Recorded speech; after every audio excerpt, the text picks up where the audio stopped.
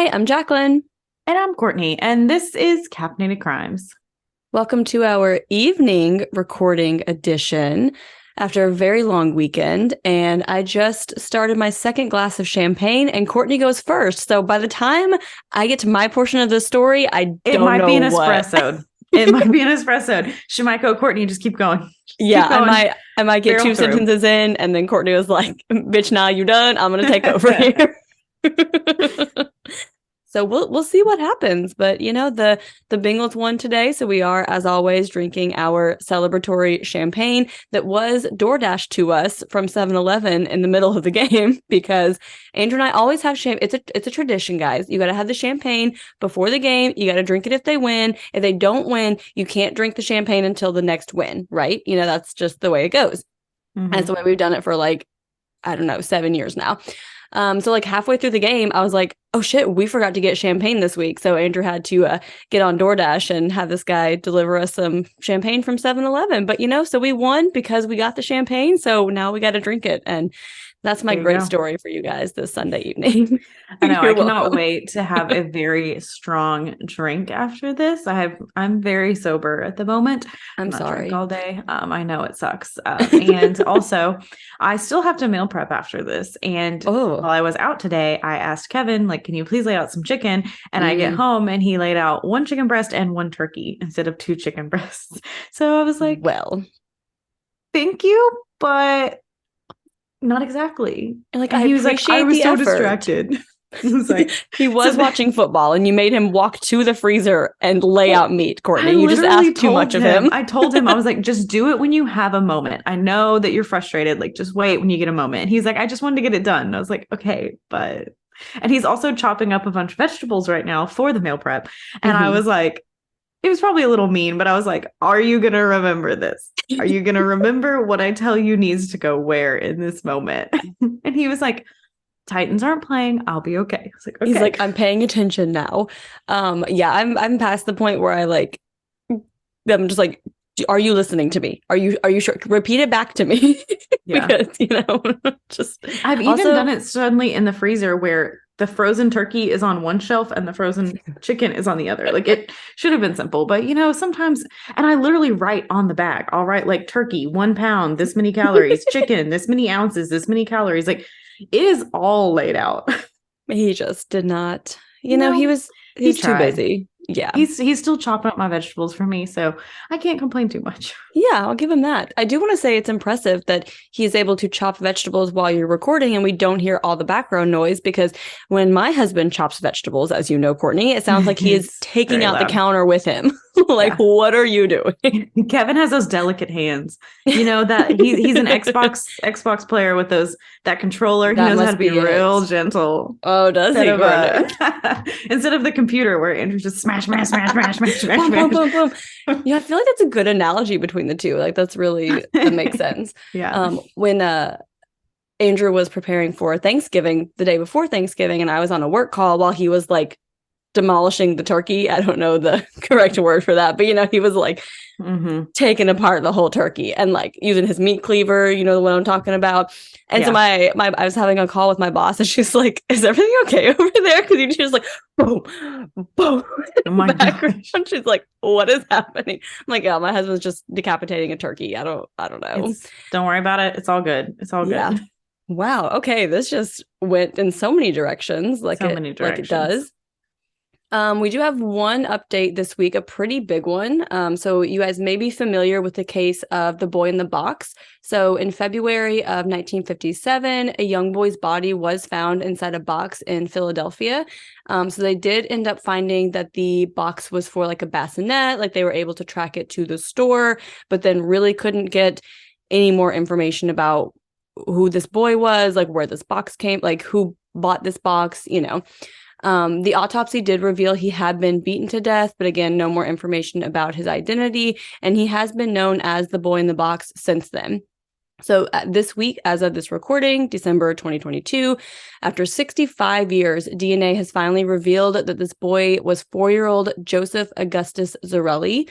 And investigators do say they have some suspicions about who was responsible for Joseph's death, but this information hasn't been shared yet. Obviously, it's very early, in Mm-hmm. their and this part of their investigation with having that information. So hopefully, his family will be able to get some justice after all these years.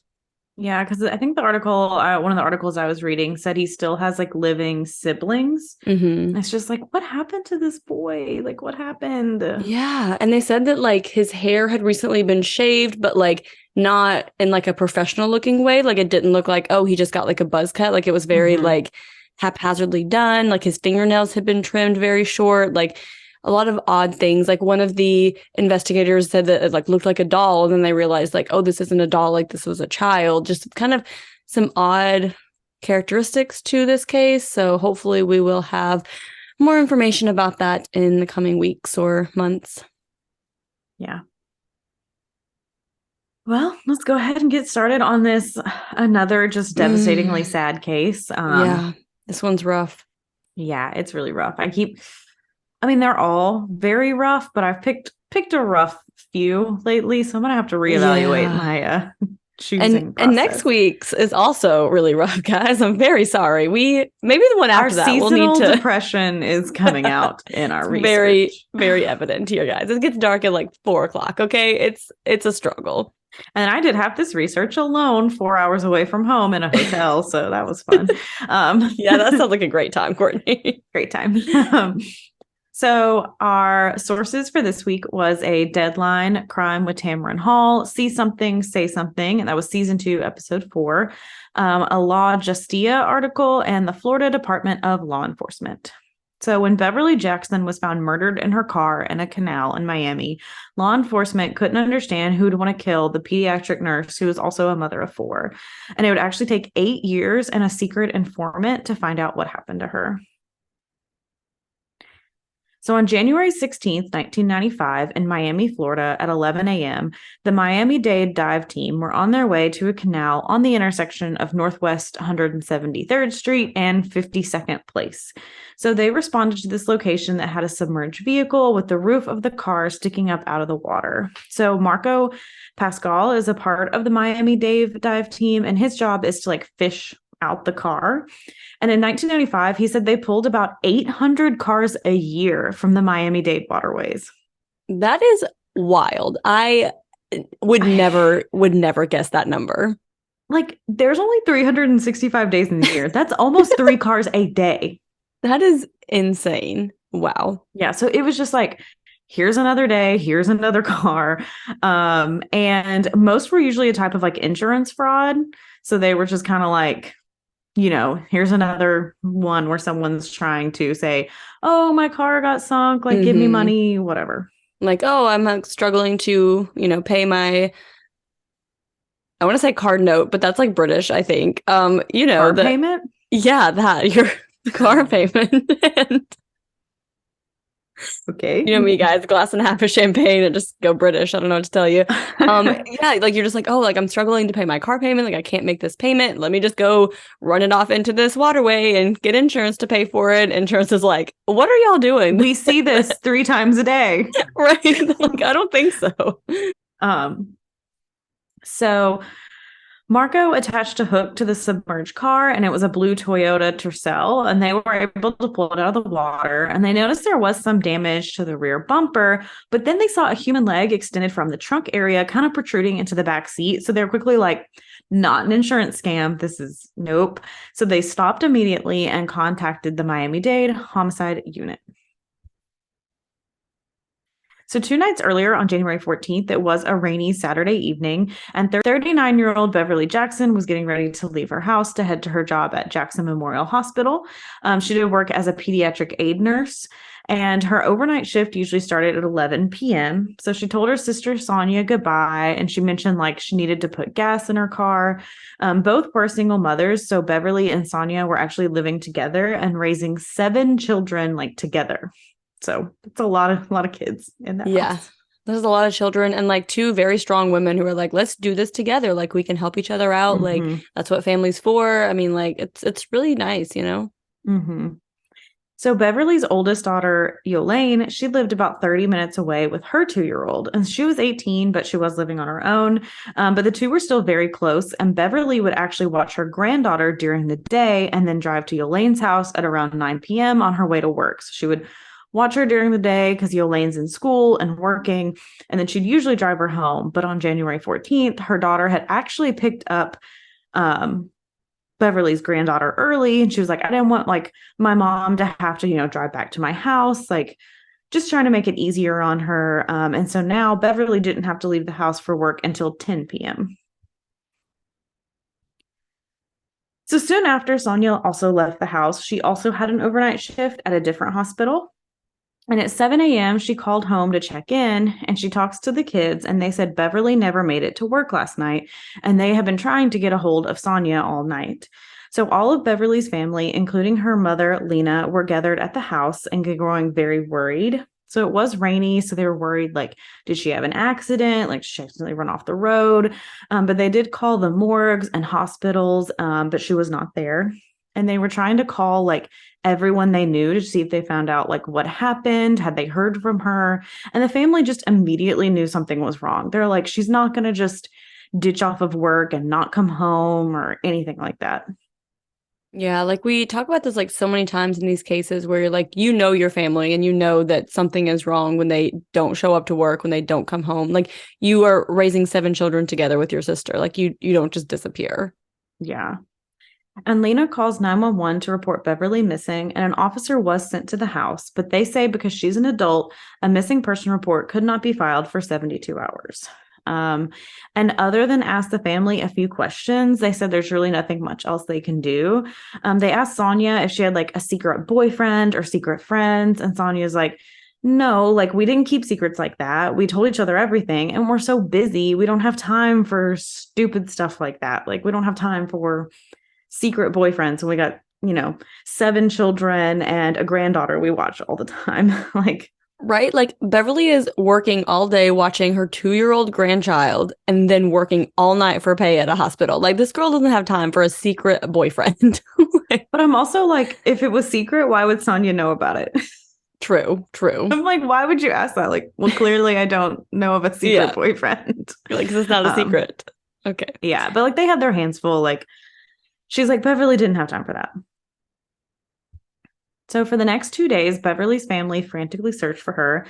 They were searching the streets, handing out flyers, and Sonia was at home monitoring calls. They drove a lot of the routes she would take just to see if they could like see her car anywhere, see it like in a ditch. But that Monday morning, just 2 miles from her house, police did rope off the crime scene where they had found the vehicle in the canal. And police ran the tag and it did come back to Beverly Jackson. So the entire car was taken to the medical examiner's office and they removed Beverly from the trunk and began their investigation. So she was fully clothed and had her nursing uniform on. She did have one sneaker on and the other was missing, but her body was completely like intact. Like they didn't see bullet wounds or stab wounds or any signs of like fatal trauma.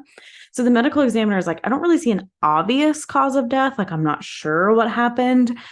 But after he investigated further, he did find a significant amount of water in her lungs, which indicated she was still breathing when like her car went into the canal. So Beverly was locked in the trunk when her car went into the canal. And according to the medical examiner's findings, she had drowned slowly. There was felt on the lining of the trunk, and you could see she had been kicking and scraping because there were like nail scrapings all over the felt. So like she'd obviously been fighting very, very hard to try and get out of the trunk and like save her life and was doing everything she could to get out, but just couldn't. And I do want to put a trigger warning here and for some of the rest of the episode. We do have some discussions of rape. So the medical examiner also discovered she had a vaginal mucosal laceration. Sorry, guys. Laceration. Don't know why that word was so hard for me. You got it. I'm so proud. I figured it out. I get there eventually. So it does appear she was sexually assaulted before her death. So they do perform a rape kit to see if they can extract any semen for DNA testing.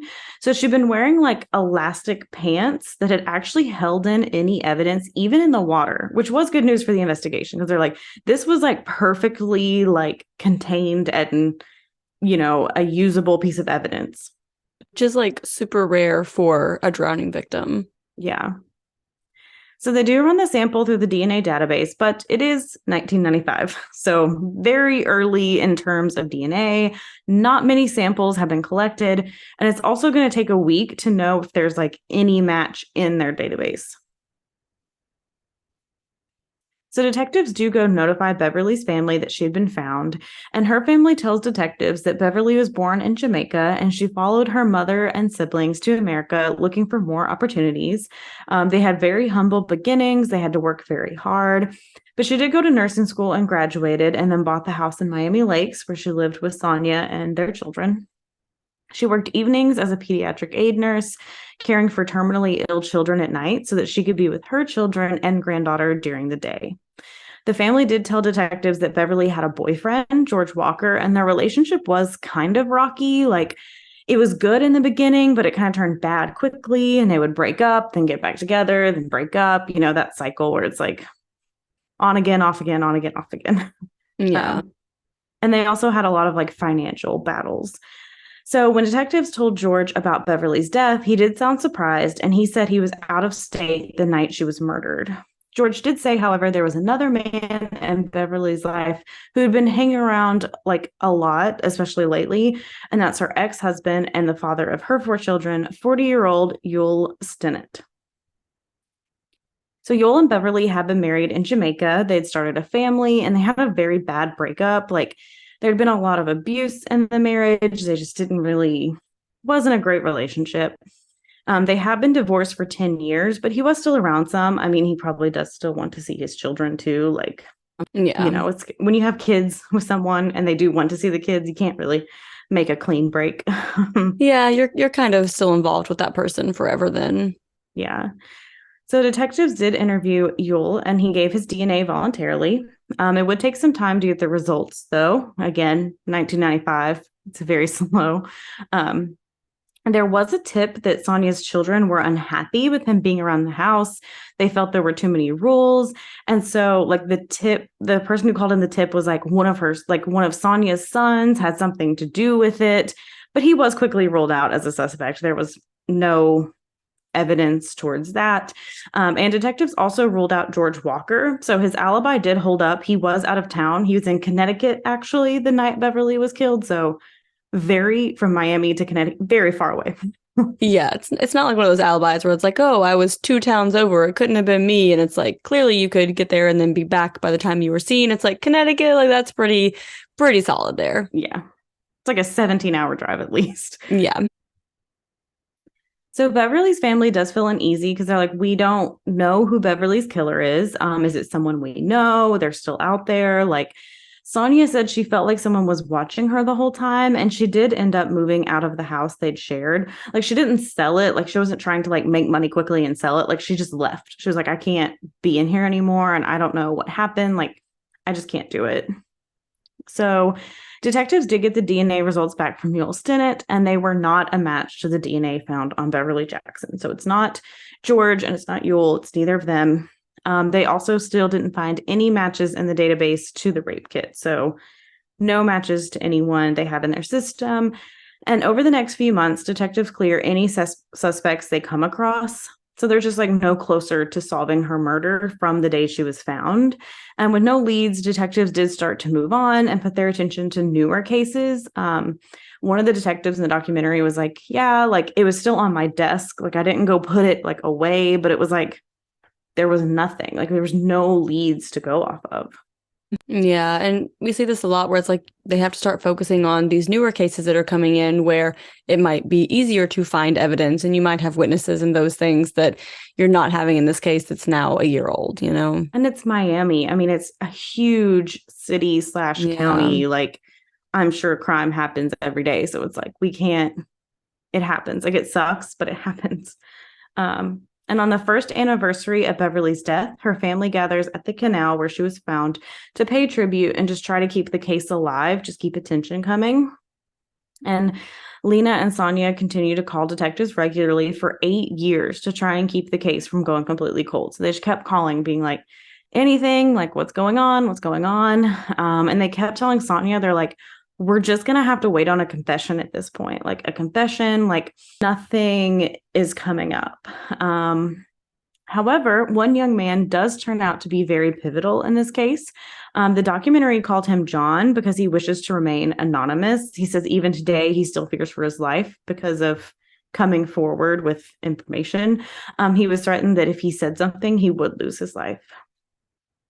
So 3 years after Beverly's murder, 16-year-old John was hanging out with his 18-year-old friend Dooley Green in Carroll City. So Dooley started bragging about a crime he committed years ago. So he said something like, if they ever catch us, they'll never let us out. So John's like a little bit confused. He's like, let me try to inquire a little further here, find out what the hell you're talking about. So Dooley said that him and his friend Victor carjacked a woman at a local gas station at gunpoint, and then they threw her in the trunk of her car and rolled it into a nearby canal. So John is listening to this story, but he just thinks that Dooley is like delirious, that there's no way he was actually a part of a crime like this. He said that he sounded like proud of it, but he just kind of dismissed it as just idle boasting, just a teenager making up random shit just for the attention. You know, like he didn't think he was really serious. Because he's like so young. He's like, there's no way as like a 15-year-old that you did this. Like, what are you talking about? Yeah. So sometime later, John and Dooley were smoking pot at a local park when Victor Pistano joined them. So Dooley brought it up again and was like, hey, Victor, do you remember when we killed that bee? And John said he could see that Victor was like giving Dooley a look like, what are you doing? Like, why are you talking about this right now? And John said that he quickly tried to change the subject. He's like, I don't want to get in the middle of all this. So Dooley then repeated the story 3 times over the next 5 years. But still, John doesn't tell anyone what he's heard. Again, he is 16 at this time. He said that around this time, everyone had these like stop snitching shirts. And he's like, I don't want to be a snitch. Like, I don't want to be that guy that gets in trouble. Like, I don't want them to kill me because I told somebody what I heard. Like, he was afraid. But John's conscience does start to eat at him, especially when the WWJD or What Would Jesus Do tag started coming out everywhere. Like, we all remember those shirts and bracelets and, you know, all this stuff. And he was like, oh, yikes. Like, I'm starting to feel uncomfortable about all of this. So he is feeling guilty, but he's also like still fearing for his life. So John felt scared of Dooley and that he could be next. So eventually he does decide to call the police. So he called the non-emergency line and began to ask if there had been anyone they had found a few years ago that was in the trunk of their car. So eventually, while talking to the detectives, they said that he had information that was right on point with the evidence. He actually had so much information that they brought him in and took his DNA to compare, but he was not a match. He also took a polygraph test and passed it as well. Which I think is pretty telling if they're like, he has so much information, like he has to be the guy. Yeah, right? Like, we need to take your DNA because it's clearly you. Yeah, you're like, you know way too much about the details that clearly were not published. But since he's passed, his DNA doesn't match. They start looking into the story that he told. So they're looking into Dooley Green and Victor Pistano. So they're trying to see if they would have been in town the night of the murders and if they had like a criminal record. And they were only 15 and 16 years old at the time this murder occurred. So it's like, that alone would make you be like, are we sure these are the right people? Like 15 and 16 years old for something so brutal, you know? So they did both live in Carroll City at the time, which obviously put them in the area. And Dooley Green's criminal history was very minor, but Victor Pisano did have a lengthy rap sheet. So burglary, theft, drug possession, like obviously nothing as big as murder, but, you know, some things. But neither of them had had anything like serious since then. One of them was even married with children at this time. So like, okay, how could 2 teenagers like commit such a horrific crime and then just go on to live a normal life and not get in trouble at all? Like, this doesn't add up. I think it's so rare that like murder is a one-off a lot of times. Like, yeah, a random murder is a one-off. Like, I feel like it's so rare that you see that, or like they don't commit any more crimes. It's like you commit this like horrible, like a lot of the investigators were like, it was just so cruel that they just left her in the trunk of her car and put her in a canal. Like, how do these, if it is these 2 like children, basically, who Mm-hmm. did this. Like, how did they just keep moving on and going on with their life? Like, Yeah, like usually if someone's going to commit a crime that horrific, like during their teenage years, in their 20s, they're going to be doing the same stuff or worse, or like it mm-hmm. usually escalates. It doesn't usually like, oh, well, got that out of my system. Let me go on and do some other things now. Like, Yeah. unusual. But on October 9th, 2003, Victor and Dooley were served with warrants for their DNA. So both men do come in willingly and offer their DNA and waive their Miranda rights and rights to a lawyer. So they were interviewed separately. And Victor started out saying like he didn't know what they were talking about, but little by little, his story does start to change. He said that Dooley picked him up next to the house with Beverly. And he said Beverly said she would, quote, give him some if he told Dooley to let her go. So Victor did admit to having sex with her, and Victor said after he had sex, he just left and he didn't know what Dooley did with her. However, in the other room, Dooley was blaming it all on Victor. We see this all the time when you have a partner in crime. So Dooley also said it was Victor who drove off with Beverly. So detectives decided to try something unusual and put them in the same room together without any detectives. But they didn't realize that they were being videotaped, which I'm just like, how dumb are you? How do you Like, not know? You're in a like police interrogation room and you're like, we're good. We're they're good not to talk listening. freely. Yeah, like this is a safe space. Like, why would you think that? But they did. And so they start opening up to each other, having this frank conversation, like no one is listening. So eventually Dooley says, like, hey, they know what we did, but they don't know how she got in that canal. He's like, that's what they're trying to figure out. Like, they don't have that information. And they were also talking about how they couldn't believe that they were in this mess like 10 years later. And they're trying to figure out how the police found out about it. So basically, it's like a confession. Like, they are clearly acknowledging that they had something to do with this. And they also start talking about how they need to blame it on a third person. So they agree to implicate Dooley's sister's ex-boyfriend, who has now been dead for 3 years. So obviously this strategy does not work because they are on tape having this conversation. Like, you are being recorded in a police station during an interrogation. This information is not private, so they know all of the things you're saying. If you're ever in a police station, just assume any water you drink is going to be, they're Yes. going to take your DNA. Mm-hmm. Um, anything you say is being videotaped 100% of the time. Like, Yeah. come on now. Even if you're Yeah. alone, they're watching. Exactly. You've seen the shows. You know it's a double-sided mirror. You know Mm-hmm. it is. That's all part of their strategy. Just what? But after these confessions, they do have enough to arrest them for sexual battery and murder. So prosecutors quickly begin building their case against Dooley and Victor. But now John, our witness, has vanished. Like, he just took off. He's like, I'm out of here. So without his testimony, like, this entire case could fall apart. Like, that's how they were led to these guys in the first place. So the DNA inside Beverly did end up matching Victor. So obviously that's a very powerful piece of evidence, but they could only tie Victor to the crime, not Dooley. So they don't have Dooley's DNA. However, thankfully, right before the trial, John does emerge and does agree to testify at the trial. So in July of 2006, Dooley Green goes to trial. So the prosecution is presenting what happened. So they say that Beverly Jackson was on her way to work and she stopped to get gas and coffee. And while she was pumping gas, Dooley and Victor approached her, put a gun to her head, and made her get in the car. So they promised her, like, when she got in the car, they weren't going to hurt her. So she's like, okay, like, 'cause they're like, if you get in the car, we're not going to hurt you. So she's like, okay, I would rather do that than them shoot me right here. But she was saying over and over, like, please don't hurt me. So the two did end up driving her to a school parking lot and took turns raping her. So first Victor and then Dooley.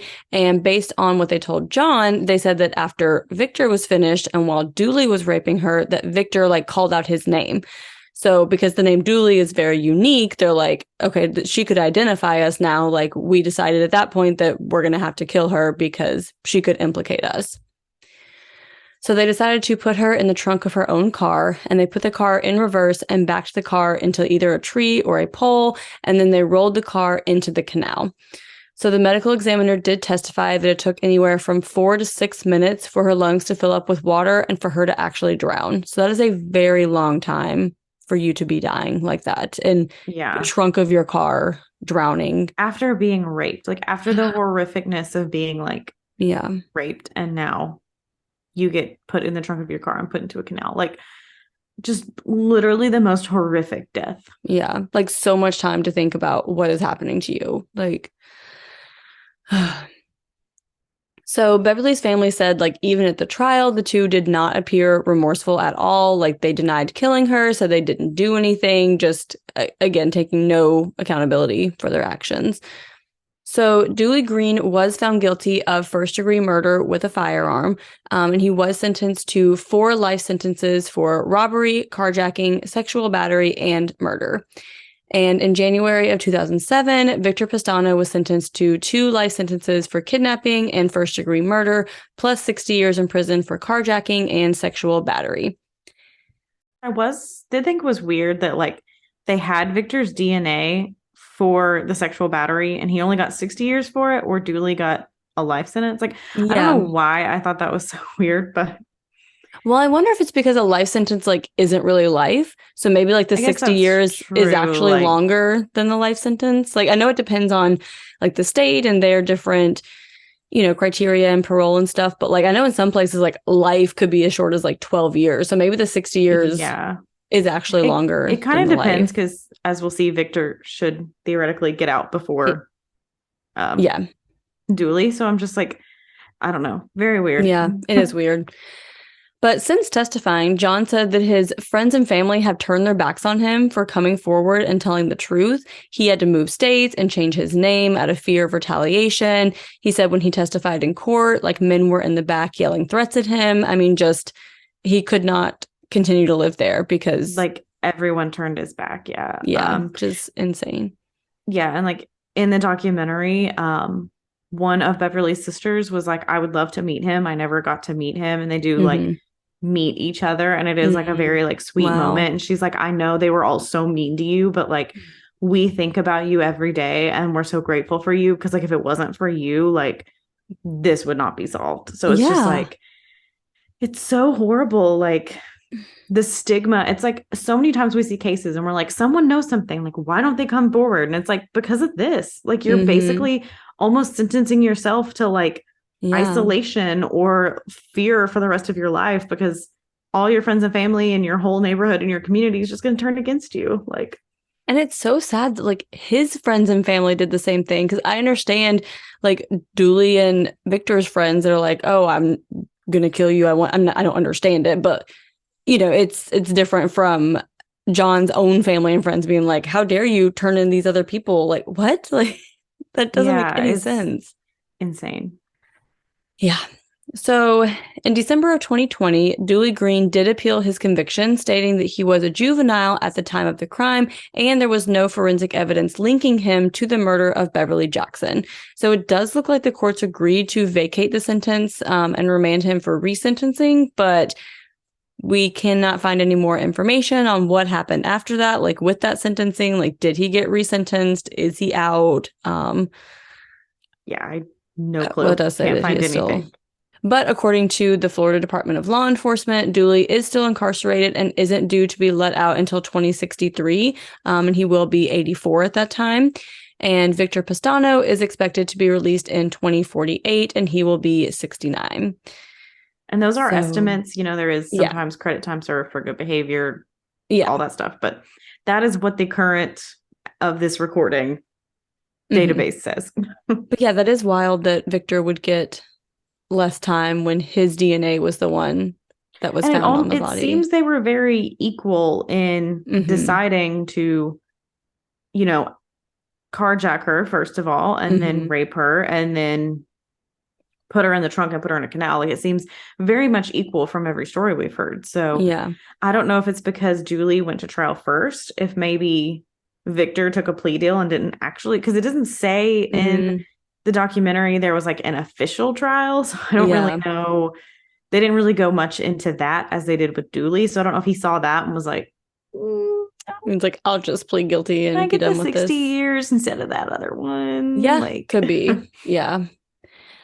But yeah, that is the just horrific, senseless, unnecessary murder of Beverly Jackson.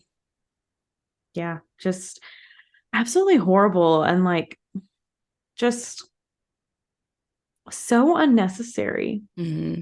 And like these are so So rare unnecessary. too that you are just killed by a complete stranger just out and about. You know, like you hear them covered a lot in cases like this, but like in podcasts like this, but it is a very rare occurrence for it to happen. But just, I mean, how, I mean, this is what we all fear, you know, like when you like Mhm. stop and get gas in the dark and you're just like constantly like looking around, like being aware of your surroundings. And it's like, this is exactly why. Yeah, and like the whole reason they decided instead of letting her go to like put her in the trunk is because one of them messed up and said the other person's name and they thought it was common and freaked out where it's like Yeah. what if that had gone differently? Like what if it's it's just very sad.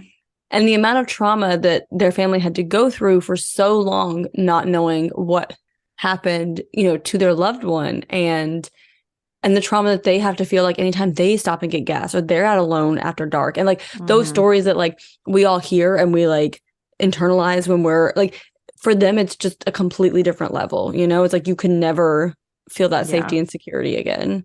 And having to go 8 years with no answers at all, Yeah. like And not that it's ever any better when there's like a quote reason behind it, but just something's just so out of the blue and senseless is just, ugh. and I think I can't say I think victims' families could say more than we ever could. Hmm. But I feel like maybe there might just be like, and some people might not want to know, but like knowing your loved one's last few moments, Hmm. even if it's horrific, being like, what, you know what I mean? Like, what happened? Like, sometimes, like, some Yeah. people don't want to know, but sometimes that could be closure if you do want to know, of like, I just need to know what happened, even if it's Yeah. horrible. And so long that they weren't able to Yeah. have that information. Yeah. Okay. Yeah. Courtney, awkward transition. Oh, what is your perk of the week? So, my perk of the week is this week at the time of, well, last week, technically, the time of this recording, like a month ago, at the time you listen to this, I did have to go out of town on a work trip. And I'm still dabbling my toes into traveling for work alone as a woman, especially because it's been in the winter. So the sun sets at 5 every Hmm. day and it kind of sucks. But this time I did venture out and I did go and sat down at a restaurant at the bar and ate dinner by myself and my book. And it was very nice and it was very fun to like be around people and all that. And then it was only like a 2-second walk from my hotel. So that was kind of Hmm. nice too, where I knew I could just walk right back. Yeah.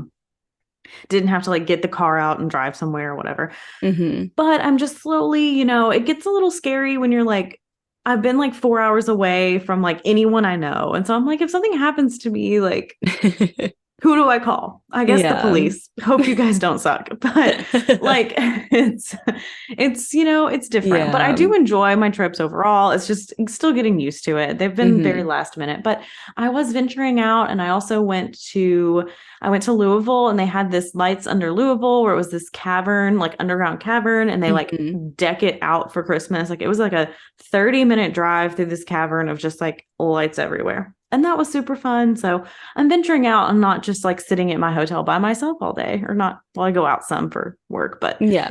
I'm venturing out. I'm being more adventurous. I'm very proud of you because that is, I don't want to say out of character, but it is,